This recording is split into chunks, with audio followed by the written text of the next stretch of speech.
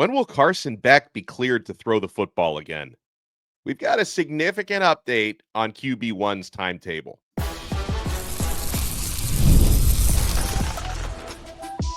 You are Locked On Canes, your daily podcast on the Miami Hurricanes, part of the Locked On Podcast Network, your team every day. I am Alex Dono, University of Miami alumnus, co-host of Locked On ACC, and writer for Canes County at Rivals. And thank you so much to the everydayers for making Locked On Canes your first listen and your first watch today. We're available free wherever you get your podcasts. We're free on YouTube. We're part of the Locked On Podcast Network, your team every day.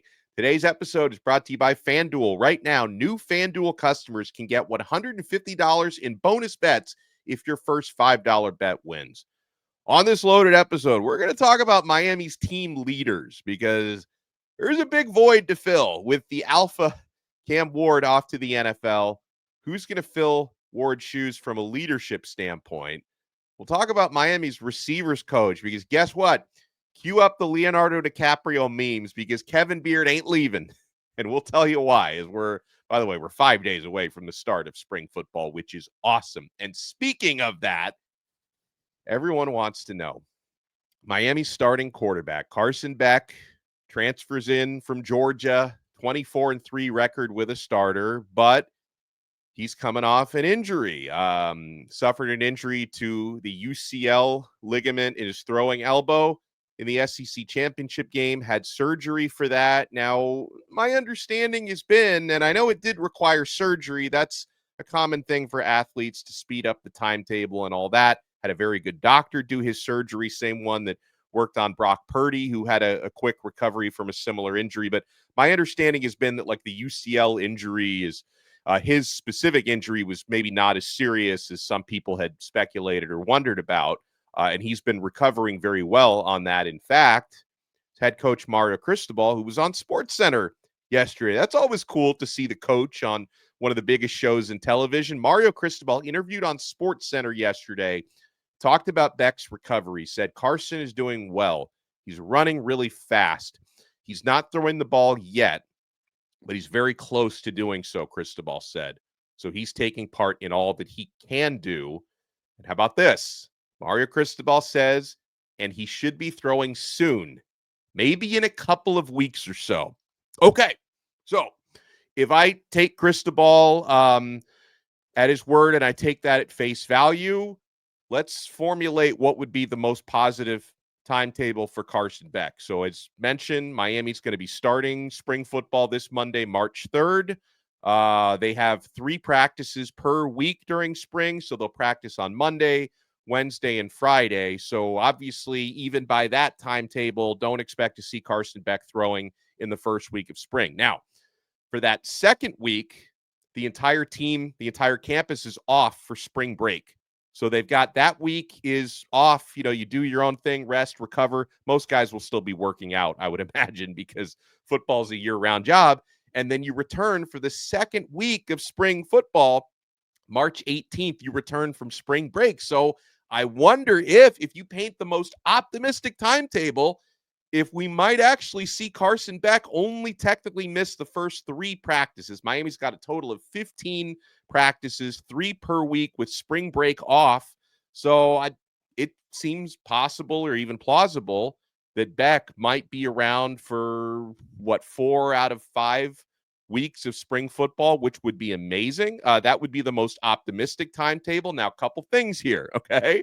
I certainly don't want to rush him. Right. If there's, any risk of a setback, if you don't, bring him along very slowly and consult your training staff and your doctors, I'm not like promoting the idea of, hey, throw Beck out there second week of spring, full go. I would imagine he would be, for his benefit and the benefit of all of his teammates, because you need a healthy Carson out there next year, that he would be brought along slowly and carefully. And I would be fine with that. I know that he is learning a new offense and learning new teammates, but the guy is a veteran. He's a senior. He started more than 2 full seasons worth of meaningful games in the SEC. I want to bring him along carefully. So there's that. There's also, and I know if you know, the Miami fans will bring this up. Mario Cristobal's timetables, when he throws those out there, aren't always accurate. I'll say it kindly. I saw some jokes on social media, like my guy Tito Benach says, hey, if Mario says Carson's going to be throwing in 2 weeks, he really meant September. Now, listen, to be fair to Cristobal, sometimes his timetables have actually been on point. It's not, he's not always, all over the road. Like I remember Cristobal saying last year that Emory Williams was recovering really quickly off of his, broken arm in November of 23. And fans were like, okay, buddy, okay, I believe you. And then it turns out Emory Williams was full go by spring football last year, which was faster than anybody imagined he would recover. Mark Fletcher, same thing, coming off the foot injury at the end of the 2023 season. Mario said he was recovering ahead of schedule. A lot of you didn't believe him. And then sure enough, Fletcher was full go by game 1 of last year. We had heard Amari Wallace was recovering ahead of schedule, and it turns out that was true because Wallace, the true freshman who broke his leg last summer, is already full go in workouts and practices. So I know we like to poke fun at the Mario timetables, but guys, sometimes when he says somebody's recovering ahead of schedule, it is accurate. And still, even if that couple weeks turns out to be a few weeks or several weeks, I still feel good about the Beck recovery because I've heard it from numerous different people that his recovery from the UCL surgery is ahead of schedule. And, some people had thought, maybe he won't be really ready to throw until summer, whether that means May or June, but it definitely sounds like he'll be ready to actually throw April, if not even before April, which would be phenomenal because, yeah, even if he's not fully participating in spring football, Beck, you still have so many opportunities for off-season, off-schedule workouts, which is really important, building timing with your receivers and all that. So, yeah, whether you take Cristobal at his word or not, maybe we'll see Beck practicing March 18th and beyond, second week of spring football. But even if we don't, I'm okay with him being brought along carefully and slowly because you don't want to risk a setback. And I also think Beck is going to have plenty of time to get on the same page with his teammates before fall camp. And yeah, he will absolutely be a full go late July when fall practices begin. So that's a good sign. Cristobal also talked on SportsCenter about why Miami wanted Carson Beck in the transfer portal. A lot of reasons why we like, a lot of the same reasons why we liked Cam Ward, Cristobal said, besides the accuracy, the strong arm, the ability to elevate a football team. The guy is just poised to have a great season with the right protection and the right scheme. And he should definitely have the right protection at Miami. Miami's O-line looks very good. We'll see about the scheme. Cristobal said our scheme fits him. Our scheme is designed to be really powerful and strong up front to get the ball to the playmakers outside, to protect him really well, and a very diversified passing game that has a lot of autonomy to it, so he fits us perfectly. The autonomy thing has been proven. Now, I know, before Cristobal got to Miami, people would say, oh, this guy doesn't give his quarterbacks any freedom or autonomy. That myth was busted last year. I mean, Cam Ward had a lot of autonomy in Shannon Dawson's offense, which means Cristobal also gives Dawson a lot of autonomy, who's the quarterback's coach and the offensive coordinator. So, I thought Cristobal went a long way to killing that quarterback killer narrative that people tried to give him last year. So that's a good thing for Beck. Cristobal talked about his leadership qualities. I think he's made of the right stuff, Mario said. Guys that are competitive by nature might lead in different ways, but their intent is pure. It's natural. They want to win, he says. They are not concerned about accolades or any awards. They just want to win, make guys around them better. They want to do it as a team. Those qualities and just an internal drive to be great. It's a great combination for what we need. Now, Cristobal might be alluding to the fact that, don't expect Beck to lead necessarily in the exact same way that Cam Ward did. I mean, one thing about Cam Ward that I noticed covering him last year, the guy talks a lot of trash, which is not all that common from quarterbacks, apparently. But Cam Ward was in everybody's face. You wouldn't expect most any other quarterback to be like that. But if Carson Beck if he can rally the troops, if he can lead by example, if he can be vocal, and I expect he will be, he can still be a great leader, even if it's not in the exact same ways that Ward was last year. Cristobal said in general about his team, What excites him looking to next season, Mario said to SportsCenter, to elevate and take another step. The hard work of our players, their attitude, competitiveness, their willingness to be pushed and to push themselves, that excites me, he said.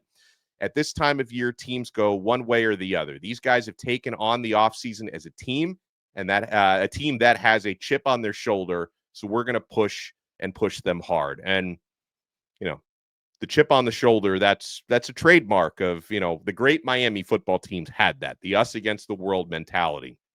Guys, we have a lot to get to on this episode of Locked On Canes. Coming up next, we've already had myths debunked throughout the week. Miami, as we know, is not losing Will Harris to the New Orleans Saints. They hired Terry Jefferson from Texas. Will Harris is staying put as one of Miami's defensive backs coach. And Kevin Beard, the receivers coach, he's not going anywhere. We'll talk about the latest developments there. You want to keep it locked, my friends. We're only getting started on this brand new episode of Locked On Canes. I'm only getting started with FanDuel. Guys, when the game tips off, the NBA action and the college basketball action, because it's that time of year, it's just getting started. There's no better place to get in on all of it than at FanDuel, America's #1 sports book. With FanDuel, you can place live bets throughout the game. So even if you miss the opening tip-off or you want to bet on a fourth quarter comeback, you can stay in the action. And if you're looking for a bigger payout, you can even combine your live bets into a same-game parlay. I love using FanDuel's live betting feature because it keeps every moment of the game exciting. Whether I'm backing my team for a late game rally or I'm picking a player to hit a clutch three, I never feel like I missed my chance. Plus, the app is super easy to use, and when you win, you get paid instantly. Right now, new FanDuel customers can get $150 in bonus bets if your first $5 bet wins. Just visit FanDuel.com to join today. That's FanDuel.com for your shot at $150 in bonus bets. Make every moment more with FanDuel, the official sports betting partner of the NBA. Thank you for making Locked On Canes your first listen and your first watch today. For your next listen, make sure you check out Locked On College Basketball. I know Miami's having a rough year. Hey, we got to look at our next head coach last night with Jay Lucas on the Duke bench. So hopefully he can turn things around. Miami got hammered by Duke, though. But if you want to get ready for the tournament, you want to check out Locked On College Basketball. Andy Patton and our friend Isaac Shade do an awesome job. That show is available free wherever you get your podcasts and available free on YouTube. All right, so it's been an awkward thing to cover for the last couple of weeks. There have been, rumors out there, that Kevin Beard, Miami receivers coach, who we love, we are big KB fans, KB in his bag, all that. Kevin Beard had reportedly been a target for Syracuse for their vacant wide receivers coach's job. And I got a lot of questions from you guys.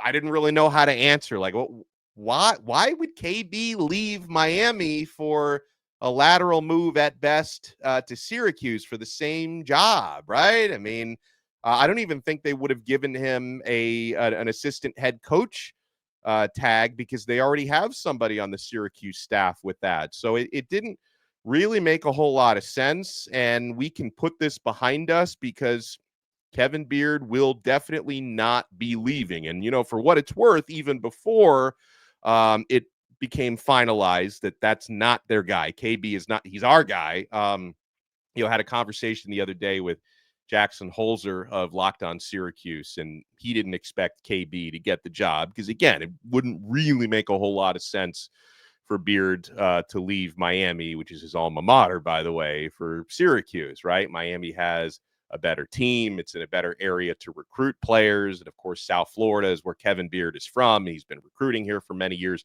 He's already familiar with that. So it makes sense. And listen, I don't know what's going to happen with his contract, if Mario is going to give him a raise or if he's going to give him some kind of a promotion tag. I mean, KB probably deserves it. I don't know if that's going to happen or not, but we do know that Kevin Beard is staying because Syracuse has hired a new wide receivers coach, and they didn't get a guy from Miami, Florida. They actually got somebody who used to coach at Miami of Ohio. So maybe that's where the confusion came in. Syracuse is going to hire a Miami coach. They have hired Miles White, who most recently served on the Green Bay Packers staff. He was, I think, a lower level assistant with Green Bay. But before being with the Packers, he was a receivers coach for 2 years at Miami, Ohio. So Miles White is their guy. He's going to join Fran Brown's staff, not Kevin Beard. And I'm thrilled. I'm thrilled we can put this speculation behind us. We were able to officially put the Will Harris rumors behind us yesterday because the New Orleans Saints hired a new DB's coach that is not Will Harris. And now Syracuse has hired a new wide receivers coach, which means Miami's coaching staff, and I know one of our Locked On Canes insiders asked us about this, but the coaching staff is complete, it's solid, and it's full as we're 5 days away from spring practices. So you love the stability because, Miami is not only practicing starting on Monday, but you're also going to be having a lot of recruiting visitors coming in at various times during the month of March to watch practices for unofficial visits, including Jackson Cantwell, top offensive lineman, top player in the country, is going to be visiting during spring ball. So it's great to have the staff done. All right, I'm going to open up to questions from you guys. If you're a Locked On Canes insider, you can ask questions that we answer on the show at least once a week, if not twice a week. And you want to, I look like Wilson from Home Improvement looking over this. If you want to unlock exclusive access and become a Locked On Canes insider, click the link in the show description below and try it free for 14 days. Click that link and you get text messages directly from my phone to yours. Questions and answers, breaking news, recruiting updates, rumors. We had an interesting rumor that we put out there yesterday. You guys might want to check it out. Try it free for 14 days. Then if you like it, you can opt in for $4.99 a month. We try to give you a lot of added value on there on the Locked On Canes Insiders chat. So, yeah, we get this question from Iraqi Kane. Like, are you texting us from Baghdad? That's pretty cool. He says, is our coaching staff finally set, or is there still a potential loss looming? No, I think we're good. We're good. We got, your coordinators are locked in. Corey Heatherman now on defense, Shannon Dawson on offense. We expect Corey Heatherman to also coach the linebackers. Dawson also coaches the quarterbacks. Got your offensive line coach, Alex Mirabal, your running backs coach, Matt Merritt, Cody Woodle, your tight ends coach. You've got your defensive line coaches in Jason Taylor and Damian Lewis, who was just hired away from Colorado. I thought that was a big move. You've got your defensive secondary coaches in Zach Etheridge and Will Harris. And yeah, Miami's offensive and defensive staffs are completely set. Now, the only thing that I could say may not be set is we can still hire analysts. Like Miami did lose a number of analysts to promotions, to on-field coaching jobs elsewhere, which is great. Miami doesn't have spots on the field for all these guys. They get promoted to go elsewhere. That's fantastic. That's how you climb up the ladder. So Miami could have some analyst openings that we're going to fill throughout, the coming months. But the on-field coaching staff is set. This is a really interesting question from Derek in Nashville, who says, so Will Harris, his unit had to defend DJ Lagway in practice last year. Is that going to help Miami game plan for week 4 against Florida? It can't hurt. I'll say that. I mean, to have a defensive backs coach on your staff that knows how to prepare his unit to go up against DJ Lagway, because they did it every day in practice, it can't hurt. I mean, was Lagway torching those dudes in practice last year? Maybe. Yeah, I don't know what the practices were like with the Gators defensive secondary, but obviously having somebody, and it's not just the familiarity with Lagway. I think the extra value, Will Harris is valuable for a number of reasons. Really good coach, really good recruiter.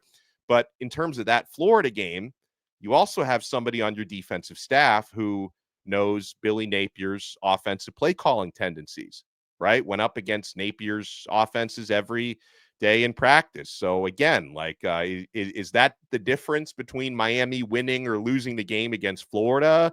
Not necessarily, probably not, but it can only help you. It can only help you to have a coach on your defensive staff who was just at Florida last year and, knows obviously about most of their players, the returning guys, and about, their coach, and Billy Napier is calling the plays over there. So it's a really good question, Derek. And it's obviously an edge Miami is going to have in that game. And it's something I'm sure we're going to talk about a lot before week 4 of next year when Miami takes on the Gators.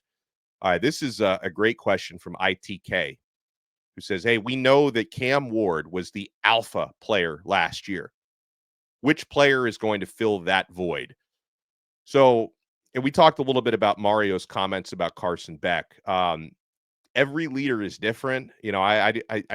Most teams in the country didn't have an alpha to Cam Ward's alpha level. So I don't think it's about replacing Ward directly, but I think the question I would like to answer is, who are the leaders going to be on this football team? Who are the guys who are going to be in the leadership council? Who are going to be the ones that hold their teammates accountable? Because guess what? Like throughout the years, a lot of Miami's best leaders, not necessarily quarterbacks. I mean, Ed Reeds, Ray Lewis, Leon Searcy, Michael Irvin. Like Miami has had a lot of leaders on their teams. Not to say the quarterbacks didn't lead, but that can come for a number of different areas. And yeah, of course, you would like to see big time leadership from Carson Beck. Of course, your quarterback must be a leader. Doesn't have to be the only one, but Carson Beck must be a leader. He must be one of those alphas. I'll have a better sense of that. Somebody asked me about it a couple weeks ago, and I said I can't answer how much of a leader he is because I don't know him yet. I haven't had a chance to meet him. We'll have a chance to hopefully meet him next week when spring football begins. But you got a handful of players who were on the leadership council last year who are back this year. Mark Fletcher, he is a leader of men. CeCe Maui-Noa on the offensive line. Wesley Bissainthe, that's someone that I really viewed last year as a vocal leader. I thought he really came into his own. I think that's going to continue. Akeem Mesidor, who's one of the senior most players on this football team. What is he, a fifth or even a sixth-year guy at this point? And Mesidor is someone all of his teammates respect. And Ruben Bain. I put Ruben Bain in there. Now, I know like Bain is not as vocal as like somebody like Bissainthe, who talked a lot of trash last year. Inez Cooper, by the way, is someone who's very, very vocal. I don't think Bain talks as much as some of these guys do, but he's a leader by example, and he is someone all of his teammates respect. So I think Bain is going to be a leader on this team. And then another one that I'll throw out there who I think is going to be a big-time leader, Raul Popo Aguirre. That dude has an it factor, and he's expected to step into a bigger role on the field this year, possibly being a full-time starting linebacker. And I think Popo is someone who is going to be rallying the troops this season. And hopefully we see more from the defensive backs as well. I mean, OJ's got all of his cred after having a great true freshman season last year. He's going to come in with authority in his second year. Zaquan Patterson is someone who, so many of the leaders over the years, the Sean Taylors and the Ed Reeds have been safeties. So, maybe Zaquan can step into a leadership role, but there's potential out there. And look, some of those guys that I mentioned, like Fletcher and CeCe, were on the leadership council last year as underclassmen. I think are going to be big time leaders this year. And of course, you hope Carson Beck joins and even leads that leadership council this coming season. We got more questions from you guys, including how Jay Lucas. I know I was pronouncing his name, I guess, wrong in previous episodes. I apologize. I thought it was Jai. It's Jay Lucas. I was corrected by several of you. Thank you. What he might be able to bring to recruiting for Miami's basketball program. And we got some questions about the spring game. How does it work? And should Miami even have one? Because you got big programs that are canceling their spring games. Why? And should Miami do the same? You want to keep it locked right here. We're not done yet on Locked On Canes.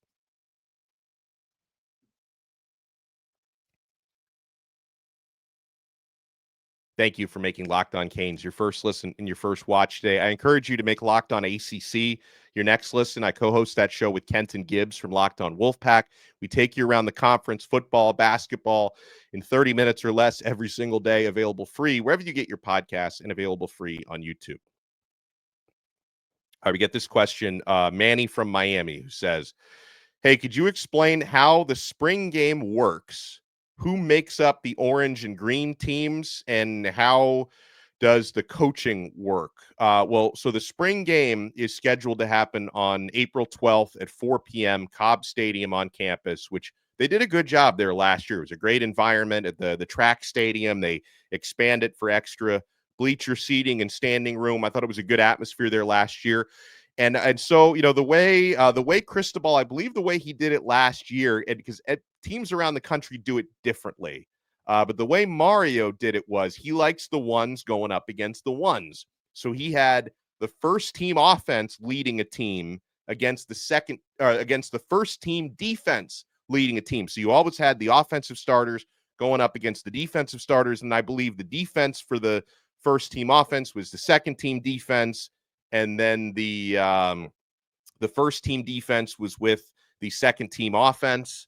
I think it made sense the way I described that. That's usually the way the Cristobal does it. As far as coaching goes, like I think that the coaches still coach their units. I don't think you have, like, maybe I'm wrong, but I don't think you have like designated green team versus orange team coaches. I think you coach your units. Whoever's on the field is the way that they do that, and they just play a straight up football game. The orange team who's got the first team offense, or the green team that has the first team defense, they score it that way. I think the bigger question, and some of you guys have been asking this, is Miami going to do what some other schools out there have done, like Nebraska, USC, and I believe Ohio State, where you actually cancel your spring game? Now, the reason that some of these coaches are talking about why they're not going to hold a televised spring game this year is they say, we don't want to be on TV and then other coaches watch our players and then they start poaching our roster in the transfer portal, right? They don't want any tampering to go on. I guess that's one reason why you would do that. You don't want to put your team on TV because that just gives free scouting to other coaches out there. I think another reason why you could argue that it's beneficial not to have a spring game, and that counts as one of your 15 practices. So instead of having a spring game, have a closed door, untelevised scrimmage, which is probably a better pure workout for your team because, when you're on TV for a spring game, you're calling a vanilla game because you don't want to put film out there. Whereas you do a closed door scrimmage, it's YOLO. Like you're running your full offense and your full defensive playbook. So some would argue it's actually more beneficial to have a closed scrimmage rather than a spring game. I disagree. And here's why. I think it's important to give your fans something. I really do. I feel strongly about this. And okay, maybe, if you're Ohio State or USC, you feel like you're above that. But guys, for me, spring games, and Miami has not had a spring game every single year. There have been some years when Miami opted against it. Most years you have a spring game. And I think it's tremendous. First of all, for the fans who can't actually attend the spring game, to be able to watch it on ESPN Plus or ACC Network, they televise it there. It builds excitement. I remember watching Cam Ward last year, who was almost perfect statistically in the spring game. It really jazzed up our fans in a good way. To be able to build that excitement, to be able to bring that access, because you have, during the spring game, interviews and features on your coaches and players. It's a good advertisement for Miami football. And then, for the people who are in the area and are fortunate enough to actually get out there in person, if you're among the 5,000 or so that get to attend, I just think it's a great experience. You have an opportunity to meet players and coaches out there. There is value in that, right? I know that a lot of folks will say, listen, the most important thing is having the most productive possible practice. You got 14 other practices where you can run other closed door scrimmages.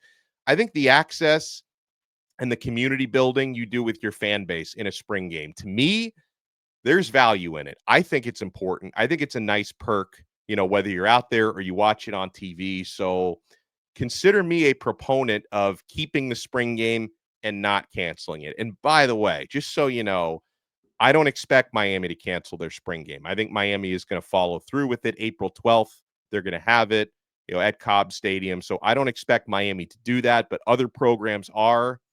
I think it's worth it to have a spring game and give your fans that opportunity in that community. Somebody asks, hey, now that Miami is seemingly hiring Jay Lucas, associate head coach at Duke, away from the Blue Devils, he was the primary recruiter for the Boozer twins. We get a question from Explorer Sam. Is there any chance we can flip the Boozer twins now with Lucas coming aboard? There's already been speculation out there. And remember, Miami finished, second for the Boozer twins? So don't rule it out. I'm not giving you that with any inside info, but I'm telling you, like Lloyd Christmas, so you're telling me there's a chance. I wouldn't rule out anything. And listen, Jay Lucas is an awesome recruiter. I know some people don't like the hire because he doesn't have any head coaching experience, but I believe Lucas brings a lot of positives, having worked for some big staffs, being John Calipari's right-hand man, John Shire's right-hand man now at Duke, being an excellent recruiter. So that's certainly kind of like our football coach. Recruiting seems to be Jay Lucas's superpower. So I love that. Bucks Canes in Evans, Georgia asks, how much is Sebastian the Ibis's NIL contract worth? I will tell you, Sebastian's probably very underpaid. I mean, the guy has to show up at every sporting event, right? He's at volleyball games, soccer games, golf. I think there's a golf mascot, right? He puts on the maniac suit for the baseball games. He's always got to look happy. He can never wear his emotions on his sleeves. He's like a Disney employee. Like, he's always got to look perky and happy. So, whatever Sebastian is making, which I do not think is in the seven figures, I feel like he deserves a raise, man. Canes Connection, let's get on that. Got more questions we haven't had a chance to answer. We might revisit questions on Thursday or Friday's episode. Plus, I'm going to be putting together a mailbag column at canescounty.com, and so we'll answer some questions there we didn't answer on the show today. So I appreciate you guys. Hit that thumbs up button, smash that like button, subscribe to Locked On Canes, Apple Podcasts, Spotify, wherever you get your pods. Subscribe to our YouTube channel, and we'll talk to you. Oh, before we go, I want to mention this, and I wanted to save this for last because it's very sad. We lost a great member of the Miami community and the Hurricanes community. I want to offer rest in peace to Bill Archer, president of the Big Cheese. If you're a Miami fan, I'm sure you've been to the Big Cheese. Lost my earpiece. I'm sure you've been to the Big Cheese restaurant over the years, maybe several times or only once. It is a Miami institution. And Bill Archer, president of the Big Cheese, I was notified by our buddy Neil, who is very close with Bill, that Bill passed away this week. And rest in peace. Prayers to the family. And by the way, you want to talk about support for athletics. Mr. Archer was one of the biggest givers to athletics. I remember going back to my days at WVUM, student radio at Miami. The Big Cheese was one of the big underwriters, donations made to the student radio station to help us keep the lights on there. Because obviously running a student radio station is not the most profitable thing, but folks like the Big Cheese and Mr. Archer kept us running and still do to this day. So God bless you, and thank you for everything you've done for our community. I know his family and friends will carry on those traditions, but I wanted to offer well wishes to the family and rest in peace to Bill Archer. I'm so sorry to hear this news. Thank you guys so much for making us your first listen and your first watch today, and we'll talk to you again next time on another episode of Locked On Canes. We are part of the awesome Locked On Podcast Network, your team every day.